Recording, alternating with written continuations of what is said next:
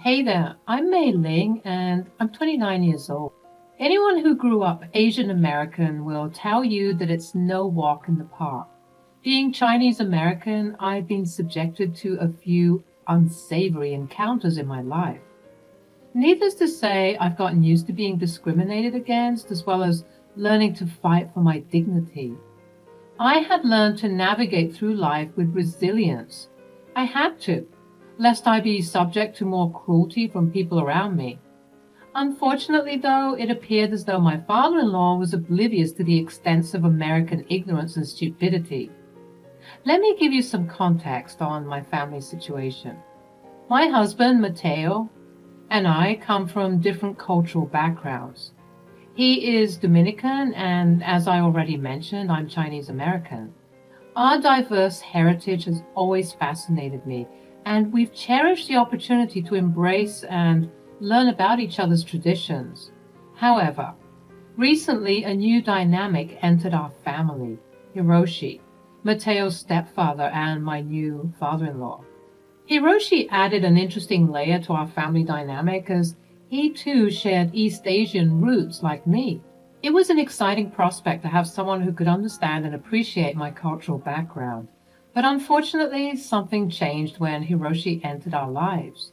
Both Mateo and my mother-in-law, Sophia, started speaking in Spanish more frequently, particularly when Hiroshi was around. At first, I didn't pay any mind to it, seeing as though Spanish is their mother tongue.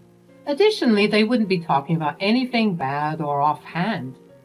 I knew this because I too speak Spanish. You see, I wanted to learn Spanish as a little surprise gift from my husband. His love language is acts of service, and so I thought that he would appreciate me learning his language so that we could be better connected. I'll admit, I kept this secret from them longer than what was originally intended, but that's because my fears and anxieties prevented me from exposing the truth, that I could hear what they were talking about. I still believed that my Spanish wasn't good enough, and so I kept this secret to myself despite gaining fluency more and more. I didn't contribute or speak up, preventing any arising embarrassment that might come about if I failed or mispronounced something. Perhaps my anxiety was a blessing in disguise because once Hiroshi came around, as I mentioned before, Sophia and Mateo would speak Spanish more often. Well, if there was a time for me to not be speaking Spanish, it was certainly during those moments. I mean, could you imagine joining a family with such differing cultures and being excluded by all three of us? Out of respect for Hiroshi and East Asian solidarity, I decided to remain in my oblivious state, talking to him in English because at least we could both understand each other. Although I found the increased Spanish a bit odd, all things considered, I brushed it aside.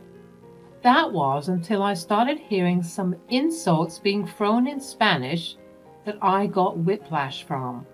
I still remember that day like it was yesterday. The table was set. The aroma of mouth-watering dishes filled the air, and we were all conversing, preparing to start dishing out the food for one another. But destiny had other plans. As I reached for the gravy boat, my hand slipped and the gravy spilled like a river of regret. Well, you can imagine the chaos that ensued. Sophia, my dear mother-in-law, unleashed a string of expletives in Spanish. I mean, I don't need to be fluent in Spanish to know when someone's hurling insults my way. It stung. But my knight in shining armor, Mateo, came to my rescue. He defended me, telling his mother that such remarks are uncalled for. And then Sophia dropped a bomb and shattered my heart. And she said, "Why are you defending her? It's not like she can hear us anyways." Those words hit me like a punch to the gut. Ironically enough, it stung worse than the expletives she used before. The embarrassment surged through me and I choked on my water, surprised that she had said that.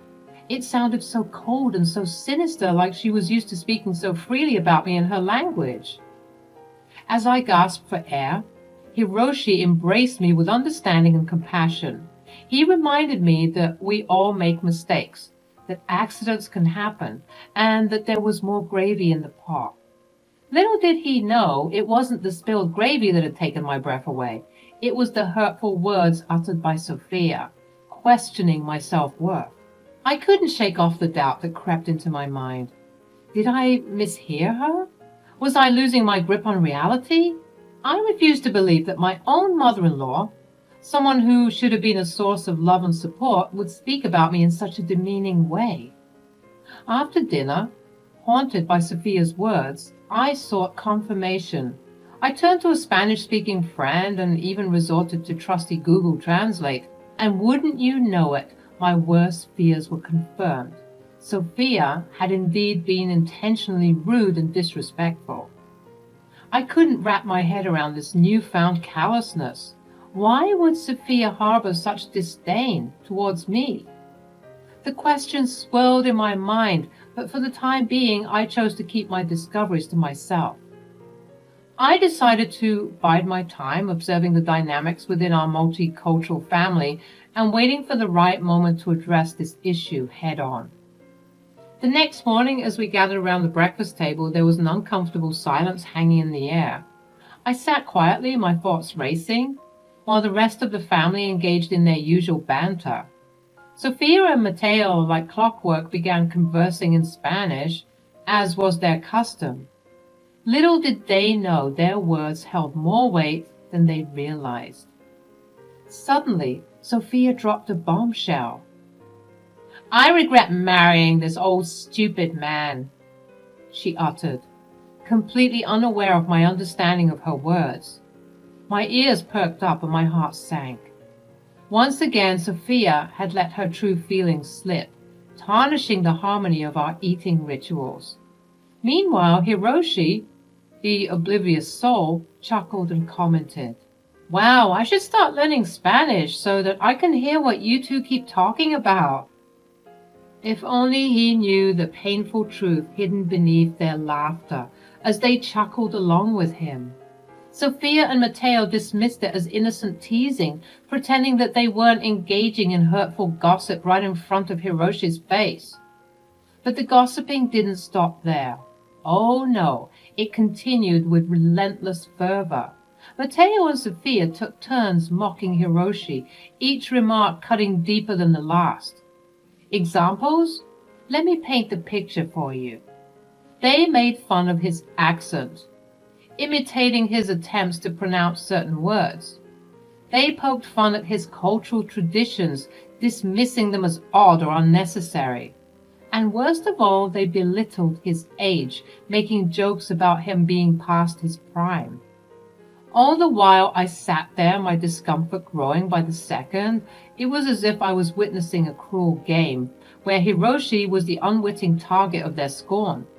My heart ached for him, for the pain he unknowingly endured at the hands of his own family.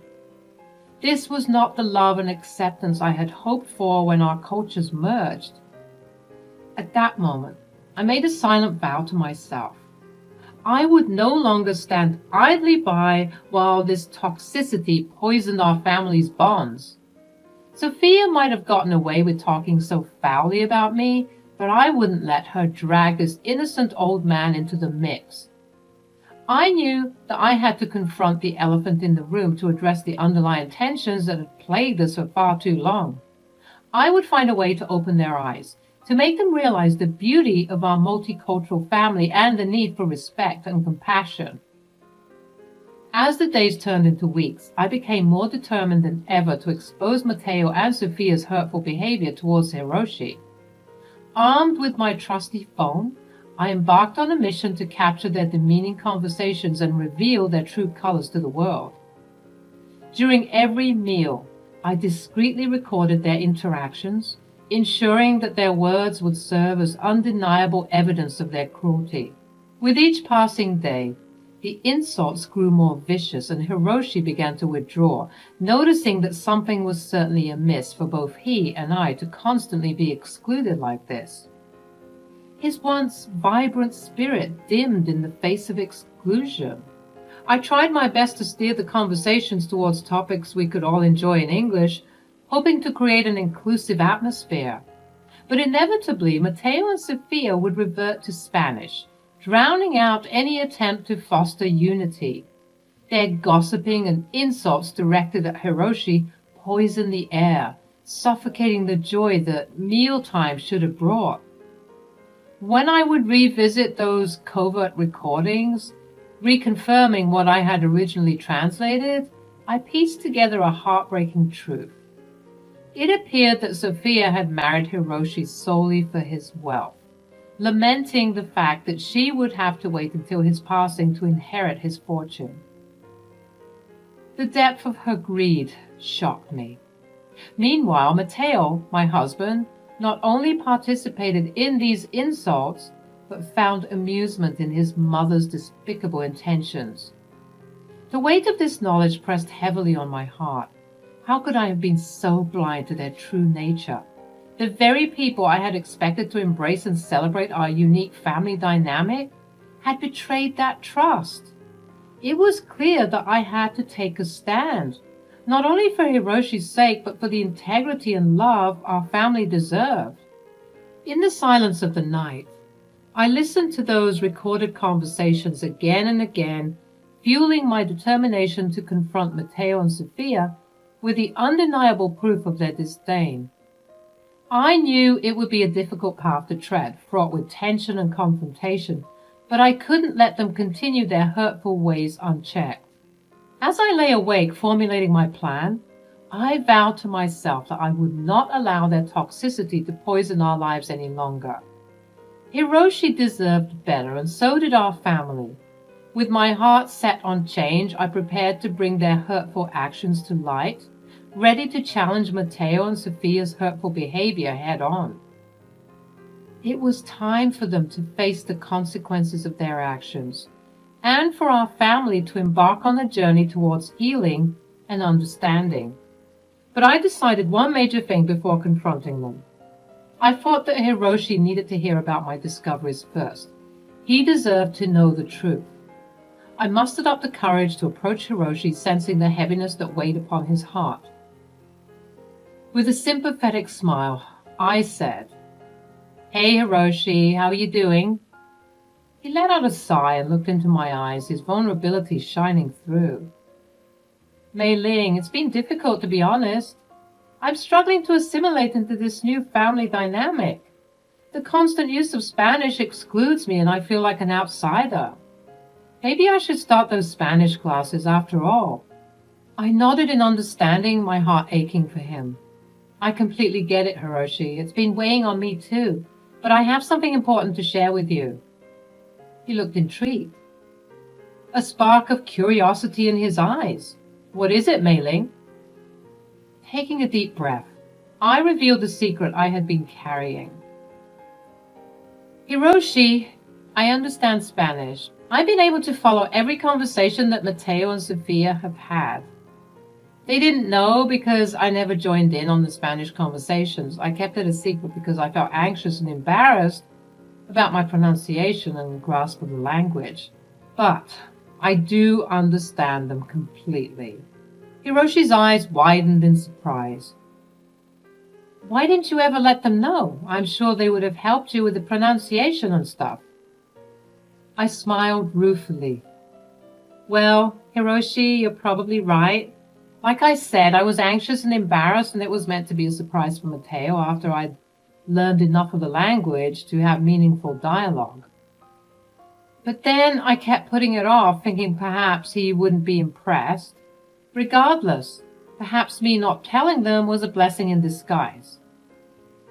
"What do you mean?" "By keeping this secret, I was able to listen in on their conversations. And what I heard was hurtful and disrespectful. They've been ganging up on you, insulting you behind your back. They thought the language barrier protected them, but now they'll have to face the consequences." Confusion mixed with concern as Hiroshi tried to process my revelation. "What do you mean? What have they been saying about me?" Taking his hands in mine, I spoke with conviction. Hiroshi, they've been mocking you, making fun of you, and even speaking ill of you. It's been going on for weeks, and it's absolutely awful that they can speak so openly about you under the guise of a language barrier. His eyes filled with a mix of surprise, hurt, and gratitude. I don't know what to say. Thank you for telling me the truth. I never imagined they would be capable of such behavior. What exactly have they been saying? I braced myself, knowing that the truth would completely shatter him. Hiroshi, I understand that this might be hard to believe, but it's the truth, and I have to tell you what I know. Sophia married you for your money, and both she and Matteo are eagerly waiting for your passing so they can inherit your fortune. As the weight of my words sank in, Hiroshi's initial disbelief turned into a mixture of shock and confusion. Hiroshi's eyes widened in disbelief. I reached out gently, placing a hand on his shoulder, but he moved away. No, Mei Ling, you must be mistaken. Sophia loves me, and Matteo loves me too. They wouldn't do that. Are you sure you're being honest with me? Maybe it's you who's trying to cheat me. With determination in my voice, I assured him. Hiroshi, I wouldn't bring this up if I didn't have concrete evidence. I recorded their conversations, and you can hear it for yourself. Check with any Spanish-speaking person you know to confirm what they're saying. At that moment, I airdropped the recordings to Hiroshi's phone, allowing him to uncover the truth for himself. Listen to these conversations, Hiroshi, and then you'll see the reality of the situation. Days passed, and there was a palpable tension in the air between Hiroshi, Sophia, and Matteo. I kept my distance, allowing Hiroshi the space to process the shocking revelations. Then, one day, Hiroshi pulled me aside, his expressions filled with a mix of resignation and gratitude. I owe you an apology. I doubted you, and I let my love for Sophia blind me. But after consulting with some of my Spanish-speaking friends and listening to those recordings, I finally believe you. I can't believe they would stoop so low, saying all those awful things about me. What did I ever do to them? I know, Hiroshi, it was a lot to take in, and I'm so sorry, but I thought you needed to hear the truth. I've decided to get an annulment. What? You heard me. We haven't been married for that long, so an annulment is still viable. You see me, May. I'm old. I can't afford to waste any more time with people who don't have my best interests at heart. I just can't believe that you'll be leaving so soon. Leaving is the most logical thing to do. I advise that you do the same. This is the last time I'll sleep in this house. Tomorrow I'll leave, and I won't reach out to Sophia and Matteo until I'm ready to start processing the annulment. But in the meantime, I think I might need a vacation. I understand, Hiroshi. You deserve a life full of genuine love and peace, and I guess I do too. And with that, Hiroshi and I exchanged a hug, and we both went on our way. The next day, as was promised, there was no sign of Hiroshi. He'd packed up a bag and just left, leaving Sophia and Matteo confused, but also giving them free rein to continue disparaging the poor man's name. I could hear them as I was putting away the dishes, and they were in the living room nearby. With each insult, I grew more furious, wondering why they were being so cruel to Hiroshi, and then I snapped. With a newfound sense of empowerment, I mustered the courage to confront Sophia and Matteo about their hurtful gossiping and deceit.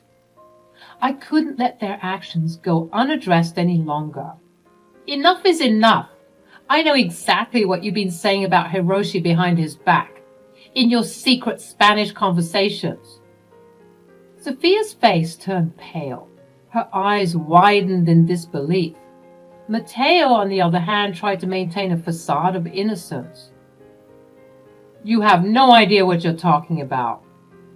At that moment, I switched gears, revealing a side of me that they had never seen before. Speaking in fluent Spanish, I confronted them head-on. Do not underestimate me. I've understood everything you two have been saying for the past 3 weeks. You've been insulting and disparaging Hiroshi ever since he came into our lives." Sophia and Mateo's faces flushed with embarrassment.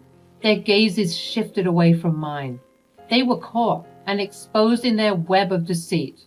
Mateo finally broke the uncomfortable silence, his voice tinged with a mix of curiosity, regret, and even hurt. "Why didn't you tell me that you could speak Spanish? You're really good." A bitter smile formed on my lips as I replied. I was embarrassed by my imperfect Spanish, but now I realized that my hidden knowledge allowed me to discover the truth about your true colors, about the malicious intentions you've harbored towards Hiroshi. Their eyes widened, unable to comprehend the magnitude of the situation.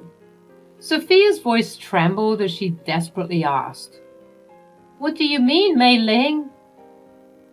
Taking a deep breath, I revealed the truth, piece by piece. "I've informed Hiroshi about everything. He's currently enjoying a well-deserved vacation far away from the toxicity of this household. And, thanks to his newfound clarity, he has decided to pursue an annulment. So you're not going to get the money." Confusion and panic filled the room as Sophia and Mateo grappled with the consequences of their actions. The realization that their pursuit of Hiroshi's fortune had been in vain left them stunned. You see, Sophia and Mateo, greed and manipulation may have temporarily clouded your judgment, but ultimately the truth prevailed. Hiroshi's fortune will never belong to you. His love and trust was shattered by your betrayal. As the weight of their actions settled upon them, Sophia and Mateo were left to face the consequences of their greed and deceit. The illusion they had woven around Hiroshi had crumbled, and their hopes of an easy fortune had evaporated. At that moment, I stood tall, knowing that I had spoken up for what was right, even at the risk of disrupting the fragile harmony of our family.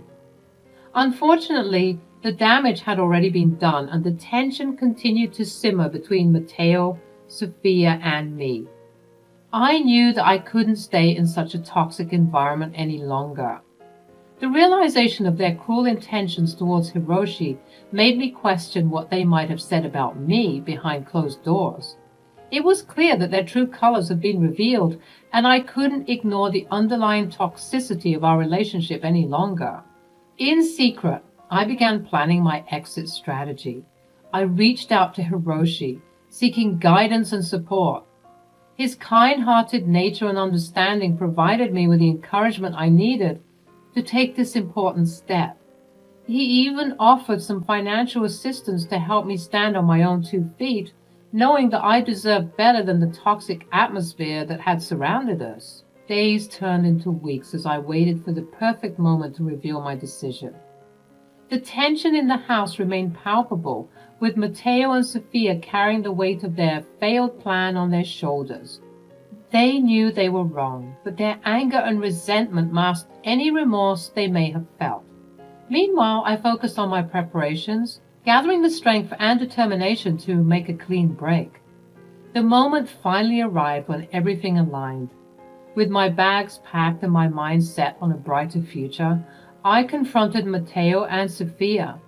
I calmly explained that their actions and words had shattered the trust and love we once shared.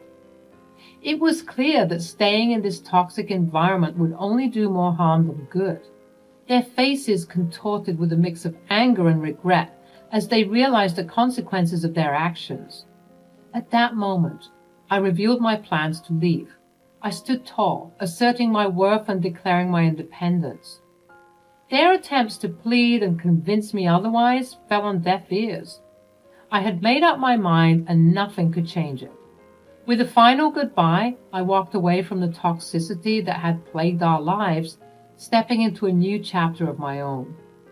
As I embarked on this journey towards self-discovery and freedom, I carried the lessons learned from this experience with me. No longer would I allow myself to be confined by the expectations and judgments of others.